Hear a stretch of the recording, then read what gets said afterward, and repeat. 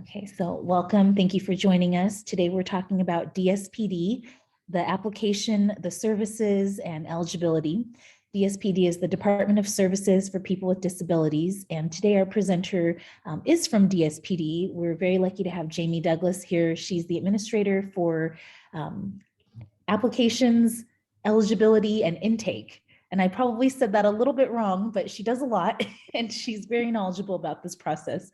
We encourage all of our families to register and get on the wait list for DSPD early. So this is a really important webinar with a lot of great information that will hopefully help you and your family get on that wait list and get signed up for services that will benefit you and your loved ones.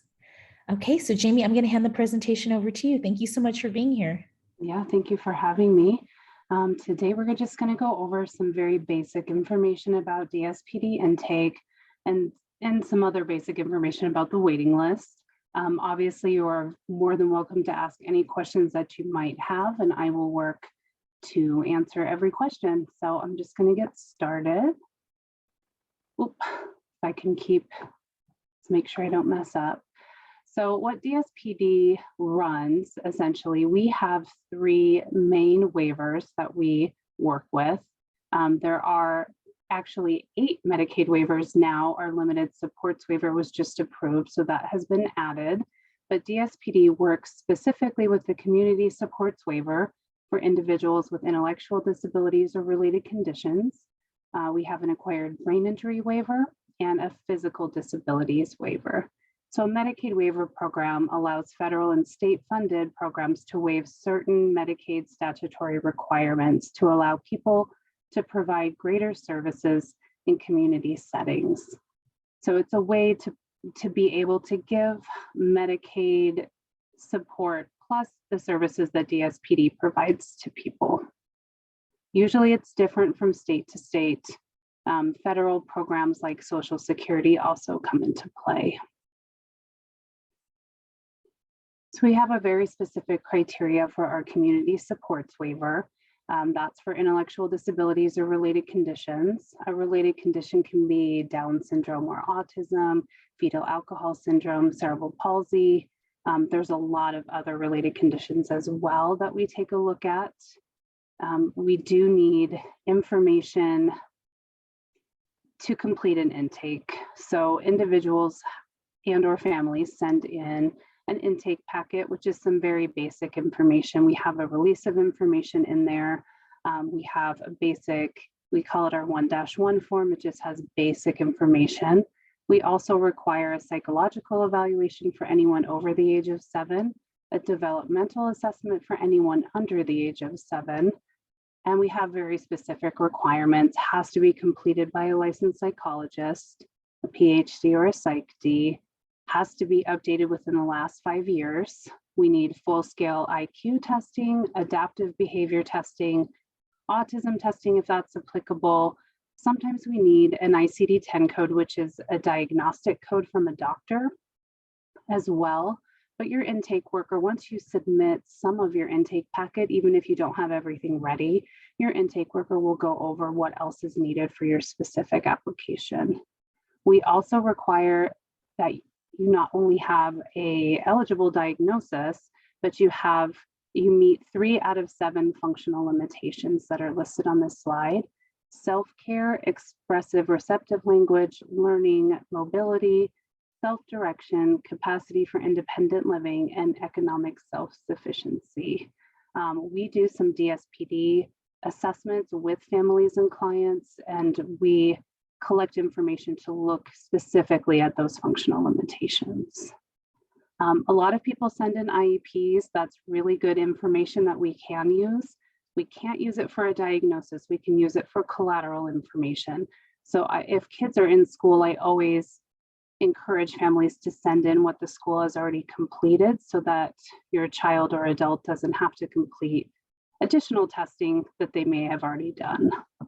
There's also a social history in our packet, and we just finished updated our new packet that's actually PDF fillable, which I can share as well, so that it looks a little bit longer, but I think it will be faster for people to fill out on the computer instead of having to print things out. makes it a little faster. We do have the acquired brain injury waiver. So this specific waiver is for individuals with acquired or traumatic brain injuries. They do have to be over the age of 18. They do have to have medical documentation to support the brain injury. We do require an ICD-10 code for this intake packet. We have to have one that is eligible for DSPD services. So that's completed by a MD or a DO. And we try to collect as much information as possible, medical documentation from the injury or anything from additional doctor's appointments, surgeries that people have had to go through. We complete what's called a comprehensive brain injury assessment. Once we have the ICD-10 code and the medical documentation, and those scores must be between 36 and 136. We do have a process to look at scores below or higher than through our eligibility committee as well. You also must meet 3 out of the 7 functional limitations, and these are a little bit different. It's memory or cognition, activities of daily living, judgment and self-protection, control of emotion, communication, and physical health. Physical health and employment. So that's, we take, like when we do the comprehensive brain injury assessment, we actually have a section for all of those functional limitations that we review, and we use that information to determine functional limitation criteria. This is the eligibility criteria for our physical disabilities waiver. We do have a nurse who runs this program. Her name is Christina. Her information is also on this slide. So typically, if people print off the packet from the website or even do the online packet, it goes directly to Christina to review. They must be 18 or older and medically stable. They have to have a physician diagnose with an ICD-10 code. They have to talk about the physical disability that results in the functional loss of 2 or more limbs. This program is a little bit different. There's only one service offered for the most part. It's the personal assistance services. So they do have some transportation, financial management, and then the emergency response system. But it's a little bit different than our comprehensive waiver, and people must be able to self-administer their own program. So the individual on this waiver actually is able to hire their own personnel to help with personal assistance services.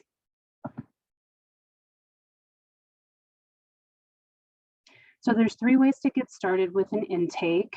You can call this number, which is 1-844-275-3773 to speak to an intake worker.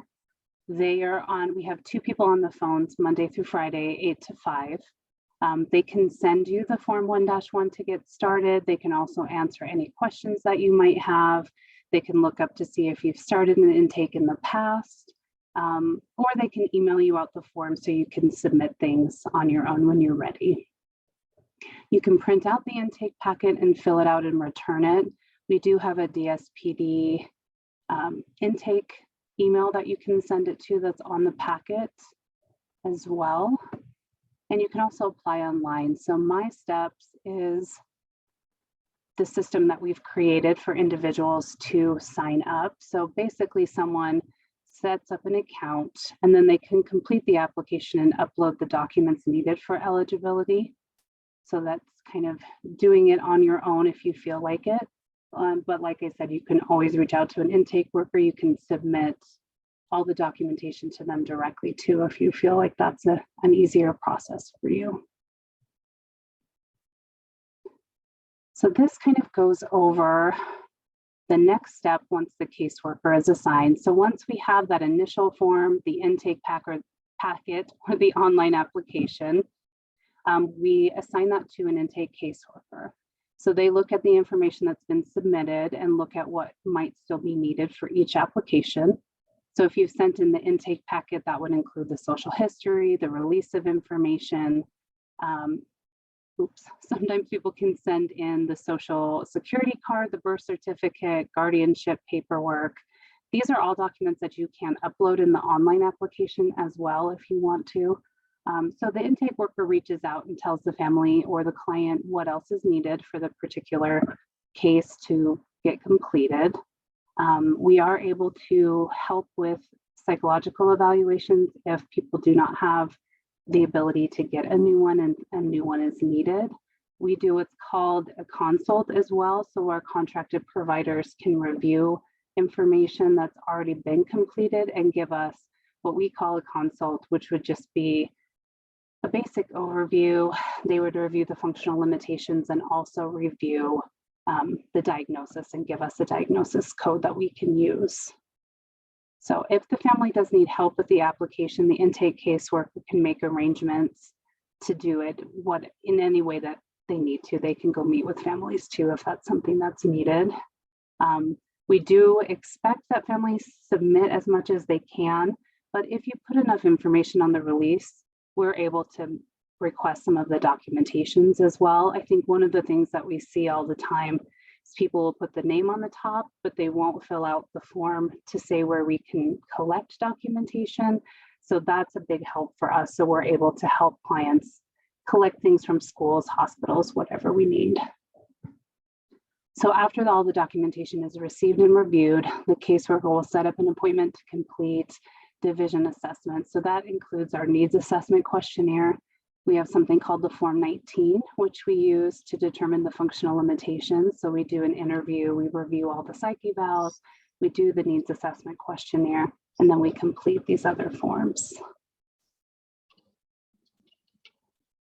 So once the division assessments are completed, the intake worker will review everything again and go through. There's an internal process that we have to go through.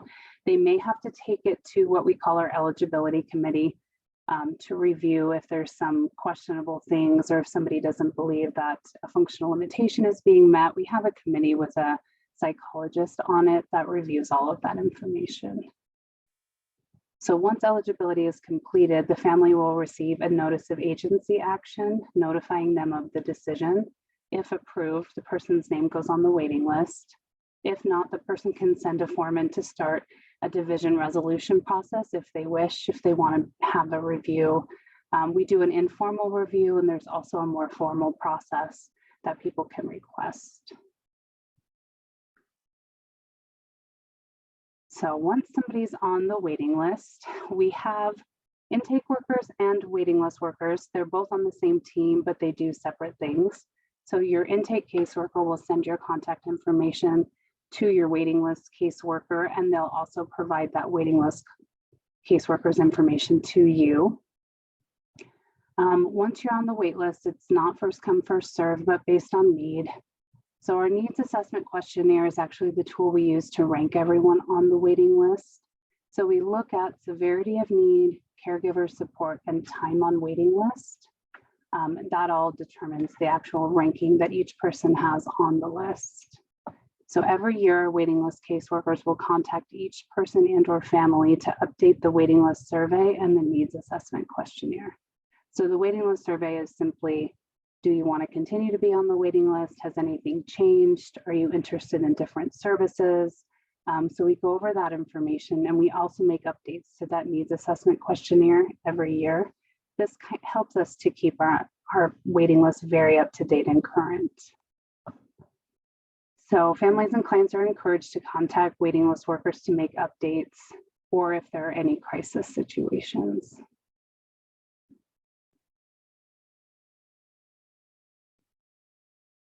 Then we've got some resources here at the end, and I will send, like I said, a copy of this PDF to everyone if they want to look at this information. I don't know if we want to go over any questions now, and then I can go over some of the services that DSPD offers. Jamie, I have a question. Oh, I can't hear you. Oh, okay. Oh, there you go. I can hear you now. Okay. I was under the impression that it was up to the family or the client to do the yearly update. So we used to send out the waiting list survey. For the last 2 years, we've been calling families to do that. Okay, so when can we expect that call, to receive that call? We usually start in March or April, and it takes us the entire rest of the year to go through everyone on the waiting list. Okay, so then it's not necessarily our responsibility to call them. No, we will reach out to you. I think some of the caseworkers will make calls and then send emails out to families to schedule things. We're trying to do the update on the waitlist survey and the needs assessment questionnaire together. We just finished doing needs assessment questionnaire updates in January. So I think we'll probably get started again in maybe late March or April with that. But you can always reach out to your waiting list worker or call the intake line if you need to make any adjustments before then. But we are changing that. It used to be that families needed to send back that survey, but it's such a hard process. People would miss it in the mail, or we wouldn't have the right mailing address. So calling and updating these needs assessment questionnaires has really helped us keep all of our contact information very current and to make sure that people are getting all of the information they need. So we want to keep everybody on the waiting list who wants to be on the waiting list. If you don't respond to the survey, we reach out 3 to 6 times before we would ever close anybody off of our waiting list.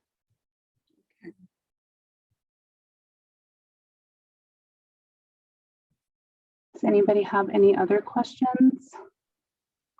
Hey, can you hear me? Yes. I'm just trying to figure out like what kind of services are given through DSPD. I have a 5-year-old with Down syndrome, and he doesn't have any special medical needs or anything that costs a lot of money or anything like that. And we're on the waiting list. I'm just trying to figure out if we should be, if we should still be on it. I want to know like what kind of services there are for him. I guess for just the reason of all of this, you know what I mean? Certainly, yeah. So DSPD, we have a lot of different services on our comprehensive waiver, the community supports waiver. We've got things like supported living and respite, residential services, employment services. Are you looking for something in particular? I don't know. That's the thing is, sure. I have no idea what it all I've always just been told, make sure you get on the waiting list early. So I'm guessing it's probably more just for when he's a little bit older and trying to be more independent. Is that essentially probably where we would go with that? We serve people of all ages on our community supports waiver. We have in-home support, so families of younger kids can have things like supported living or respite or an after school program or a summer program like a camp. So there's a lot of different options. There are options for when people do age out of school, if they want to be more independent, if they want to live in a host home setting or a residential setting. Those are always options. The thing with DSPD is once you're pulled for services, those services are lifelong and they change with the person's needs. So things can change. So if somebody gets pulled when they're 10 and they need a little bit of respite to help mom and dad out, or some supported living to come in and work on specific skills and an after school program. And then when they turn 21, they want to live a little bit more independently, but they still need that support. They could look at a residential program as well. So there's a lot of options for people. I think that's why they say to stay on the waiting list. Is there someone somewhere like on your website or anything like that kind of tells you what kind of things are available? Yeah, on our website there is, let me see, I wonder if I can share that. That might be too tricky for me. We'll see. I'll see if I can do it in just a second, but it does give you a list of the available services. It talks about a little bit more what each waiver covers. So, and I'll send you out, I have this worksheet that I will send out it gives you a definition of every service that we offer. So it gives you a better idea the different supports that we can provide. I can make Okay. sure you get that too, and I'll go over that a little bit as well. That would be very helpful. Thank you.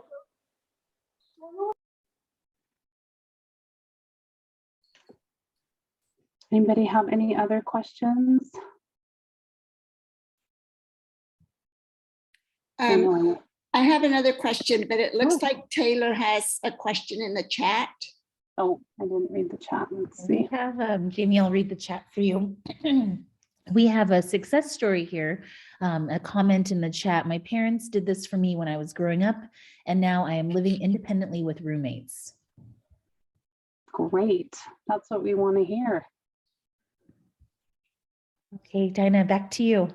Okay, so my question is, so we moved here from California, so the requirements here are really different because she had services since she was very young there.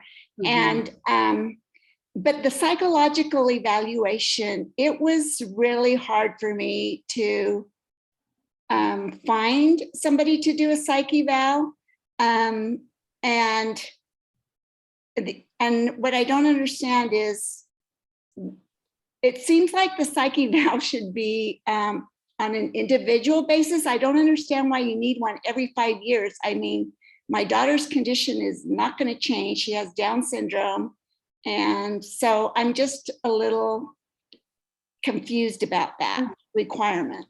Yeah, we don't need one every 5 years when somebody's on the waiting list. We need one that has been completed in the last 5 years to get somebody onto our waiting list. Okay. Typically, when someone transitions from the waiting list into services, DSPD does pay for any additional testing that might be done. It is part of our waiver requirement, so it's in, we have to have it completed, so that's why we pay for it, but we don't make people continually send us updated psychs while they're waiting. That would be unfair to try to figure out how to do for sure. But sometimes finding the psychologicals can be difficult. Medicaid doesn't always want to pay for those. We do have contracted providers, and we can help families if there are no other options. We try to look for the school information because that does give us a lot of good information to go on. But if you're having trouble getting one to get somebody onto the waiting list, we definitely want to help with that. We don't want to make that a hardship for anyone.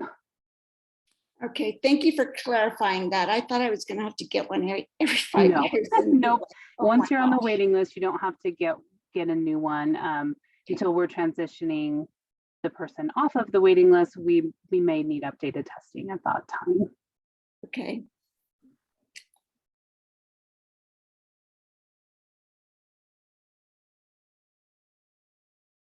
Anybody else have questions?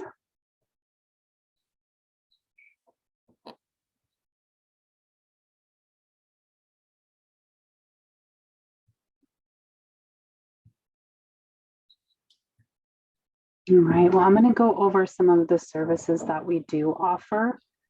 I'm looking at my phone, so I need a cheat sheet.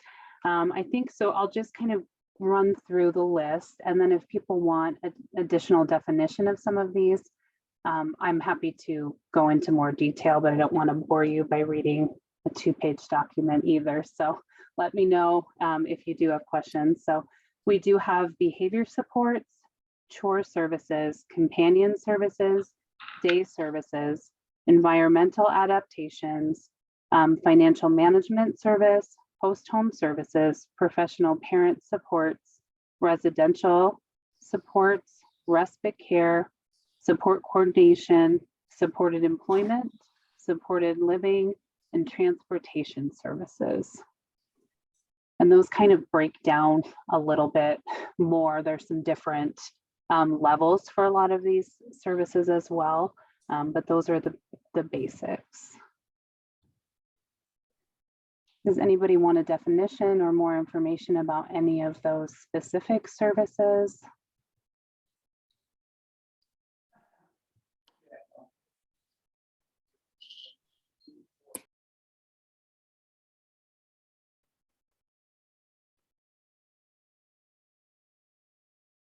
I feel like I dumped a lot of information on everybody really quickly. Sorry, I'm the only one asking questions, Jenny. Please ask me questions. And that's because I'm just trying to get the feel of how things are done Sure. over here. But so once you once you get off the waiting list, you guys, Mom, I'm on the thing. Okay. Once you get on off of the waiting list, then mostly I'm interested in day program for my daughter. Mhm. And so is it determined then like how many days she's eligible to go to day program, and if she's eligible for the transportation as well? So what we do, typically the process, we have to sometimes update the eligibility like we talked about. Then it goes down to another team. It's our transition team. So a transition worker or a state support coordinator is assigned to your case. They come and meet with you, go over all of, the paperwork that you get to do, and then talk about like a schedule of services and the things that you want to have. So they'll go over everything. They'll talk about the day supports and different options that you might have, talk to you more in depth about other services too. And you come up with a schedule of services. They do then have to request that budget from our request for services committee. And then once that budget is approved, they help you hire a support coordinator that helps. It's your advocate, the person who does all of the communication with DSPD as far as budgeting is concerned. And then they help you find a provider and any other services that you might be interested in, because there's a lot of different options. But typically, if you were looking just for day program, it could be something that you would be approved for, 5 days a week. If you needed some help in the home to kind of help her get ready in the morning or get ready at night, or, different specific goals, you might be able to have some supported living coming in and providing some of those skills. A lot of our day programs do have transportation as well, just depends on the program that you pick. We also do work with UTA and have some options that way as well if people want to be a little bit more independent with transportation. Okay. And then my last question is, so can you give us an idea of if we're like a little over 3,000 on the waiting list, what time period are you usually looking at? That's a good question. I don't know if I have a good answer for that one. It is based on need. So people at the top of the waiting list typically have the highest need and get pulled faster. It's all dependent on funding. So I think in California, you don't necessarily have waiting lists. In this state, unfortunately, we do. So it depends on the money we get from the legislature every year. So that social service subcommittee actually decides on DSPD funding, and that's the funding we use to pull people off of the waiting list. So it also depends on how much they give us and what services people are waiting for. So then we have to estimate how many people we can pull from the waiting list. So unfortunately, the last 2 years, we haven't had any waiting list funding. So it's been a little rough on everybody who's waiting. We do have a new waiver that was just approved called our Limited Supports Waiver. It's for people who are on our waiting list who may not have the highest need. It's going to target people who have waited the longest, who can be served on it's a capped budget of about $16,000 per year. So technically that wouldn't pay for 5 days of day program. They have different services that they offer, but that might be a possibility for people who don't have the most critical need and have, they can stay at home and live with mom and dad or whoever, guardian, brother, sister, and actually receive some limited services to support their needs. So that's something that is just starting. We only have a very limited number of people who are on that waiver right now. But after this legislative session, we're hoping that they'll be able to pull more people onto that service. So that gives some hope for people who are farther back on the waiting list too, and who may not have the most critical need. This is designed to help people provide the limited supports they need to be more independent. Okay, thank you. Yeah. And the session is still going. We are pretty high priority to get some funding for the waiting list. The governor's recommended budget talked about 328 people coming off of the list. We always have to wait until after the session to really know exactly how much we're going to get, but we're hoping, that was a good recommendation. So we're hopeful that some waiting list funding will be coming our way.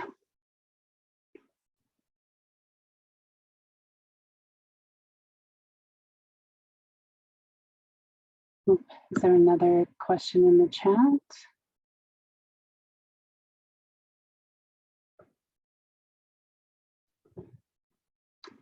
You have another question in the chat, Jamie. Oh, perfect. Is there anything we can do as the public to help get funding for DSPD? So I think advocacy is always a good topic. Talking with the Utah Parent Center and the Family to Family Network, that's always a great idea. The Legislative Coalition for People with Disabilities, and why am I blanking on the Disabilities Council? So I think working with those groups makes a difference. They can help you share your specific story and kind of make a coordinated effort. You can always talk to your representatives in your area as well about your story. I think that's very helpful. I'd just like to jump in here. United Angels Foundation has gotten really involved with encouraging parents to be active with their representatives. Great. If you're interested in attending any of the meetings, we go with the legislative session in progress right now. We've been going once a week. They're on Zoom with the Legislative Coalition for People with Disabilities. You're welcome to jump on those meetings to hear about things that are happening. That's a great resource for learning how to contact your representatives. And you can always do that outside of the session too. We just had a reception on Monday this week with over 100 people that attended, that were parents and advocates, that invited about 20 representatives to come and share their stories. So I think the more vocal and in a positive way, letting our representatives and our state know what the needs are of all the families that are waiting for services, that will definitely help. So if you're interested and you'd like to find out how to attend those meetings, or if you just want some more information, feel free to message me in the chat here or send me an email and I'd be happy to get you connected. Jamie, we have 2 other questions and comments in the chat. I'll get those to you. I have a son already off the waiting list and placed in a host home. My youngest, we are still waiting for. I'm a single parent here, so hopefully more people can get off the list. And then we have another comment about United Angels and doing teen night and young adult meetups. Yes. Awesome. Thank you, Taylor. Okay, I think that's all we have in the chat, Jamie. I have a question. Sure.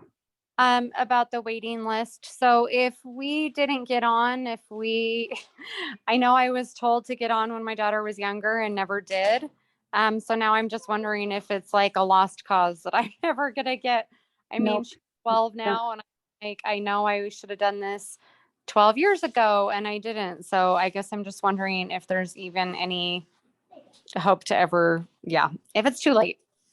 It's not too late. Nope, never too late. There's no right or wrong time to get onto the waiting list. It's really whenever you can. There's a lot of things that have to be done for kiddos with disabilities and a lot of, extra appointments. So we understand that sometimes it takes some time. It's always a good idea. Sometimes we do have some services that we provide on the waiting list too. So even if you're not coming into services, we had a couple different respite options last year. We did get Waitlist.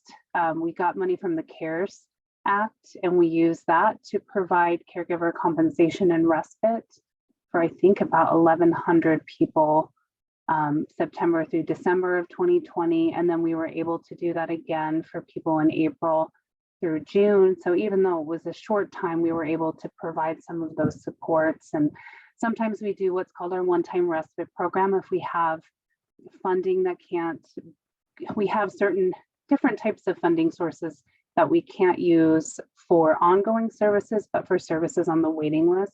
And we try to use that money to give, as many people as possible the ability to have some respite care or other support. So it's always a great time to apply and to get on, and there might be some other resources available to you while you're waiting.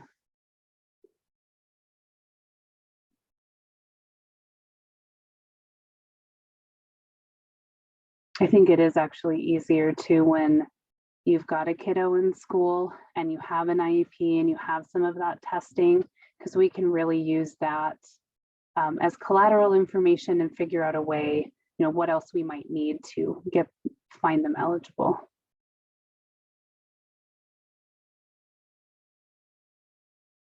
I was also going to plug, we do have quarterly self-advocate and family meetings, and I will send the information along with all of this. If people want to attend those, we do an afternoon and an evening session. So that is, and it kind of just goes over new things at DSPD. We provide resources and information, and it's a chance for you to ask questions of our leadership as well.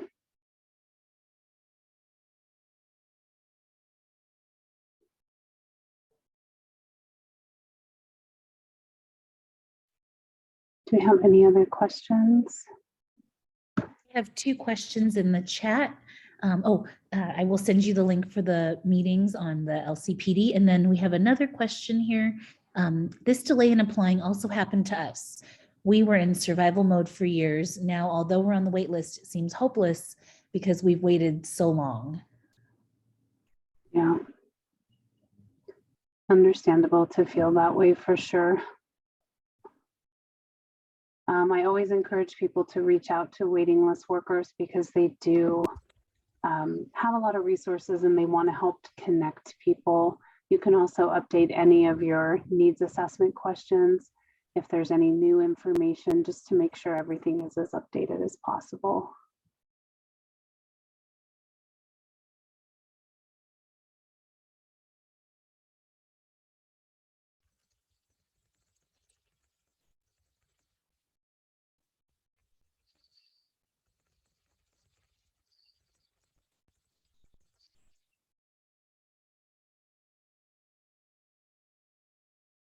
Jamie, I don't see any other questions in the chat. I had a couple parents ask about the link for the meetings for LCPD, and I will send you information about how to sign up so that way you'll be on the mailing list so you can attend those meetings and learn a little bit more about how to get actively involved with increasing funding and services for your family.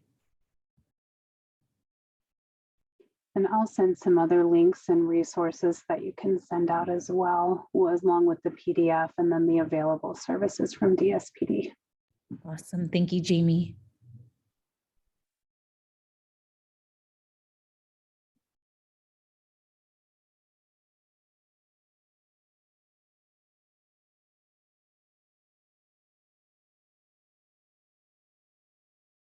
Anybody have any other questions?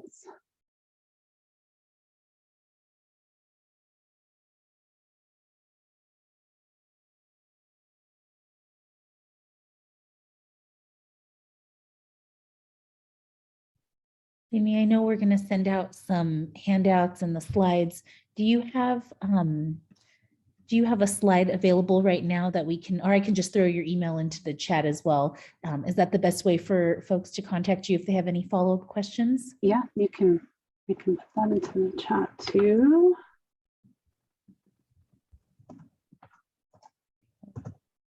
Yes, you can call me directly if you have questions or concerns about anything. There's my phone number as well. Great, thank you. And I'll put that in, I'll put it on the information that you're going to send out too, just in case. Okay, always nice to have it in more than one place. Yeah. Yeah, so if you're on the RSVP list and you filled out the Google form, I know we also shared the link directly in our members Facebook group, but if you're on the RSVP form, and I'll have your email address, I'll send you the handouts from Jamie, the slides, and then I can also send out the recording. So if you do have a spouse that wanted to watch, or you have a friend or a family member, anyone that you know that could benefit from this information, we'll make that recording available. It'll probably be available later, very late tonight or tomorrow morning. So we'll send that out. And then that way you have access to this if you need to share that with anyone or come back and review it.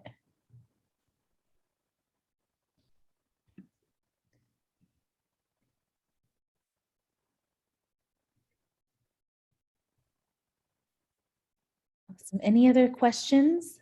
Feel free to use the chat or you can unmute your microphone.